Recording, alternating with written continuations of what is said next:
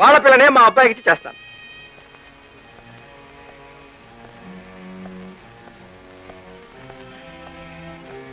ఏమండి మాట్లాడారా? ఈ పెళ్లి జరగదు విజయ. ఎందుకని? ఈ కొడుకుతో పాటు ఆ మనిషికి ఒక కూతురు కూడా ఉందట. ఈ కొడుక్కి నా చెల్లెల్నిచ్చి పెళ్లి చేయాలి అంటే ఆ కూతురుని నేను చేసుకోవాలట. అసలు దేనికి పెళ్లి? ఎవరు నృత్యించటానికి? చెప్పు విజయ, ఇంతకంటే మంచి సంబంధం నా చెల్లెలికి నేను తేలేనా? జయంతి మనసుకు నచ్చేవాడు దొరికే వరకు అసలు మనమే పెళ్లి చేసుకోవద్దు. ఏనా ఎలా ఉంది? ఎవరికి ఏమైంది? మనిషికి ఏం ప్రమాదం లేదు, పరిస్థితే ప్రమాదం. ఎవరికి విజయ? మీ చెల్లైకండి. చెల్లైక ఏమైంది? ఏం లేదు, కళ్ళు తిరిగి పడిపోతేను నాన్నగారికి ఫోన్ చేసి పిలిపించాను. సార్ ఎలా ఉంది సార్? బాగానే ఉంది, తల్లి కాబోతుంది.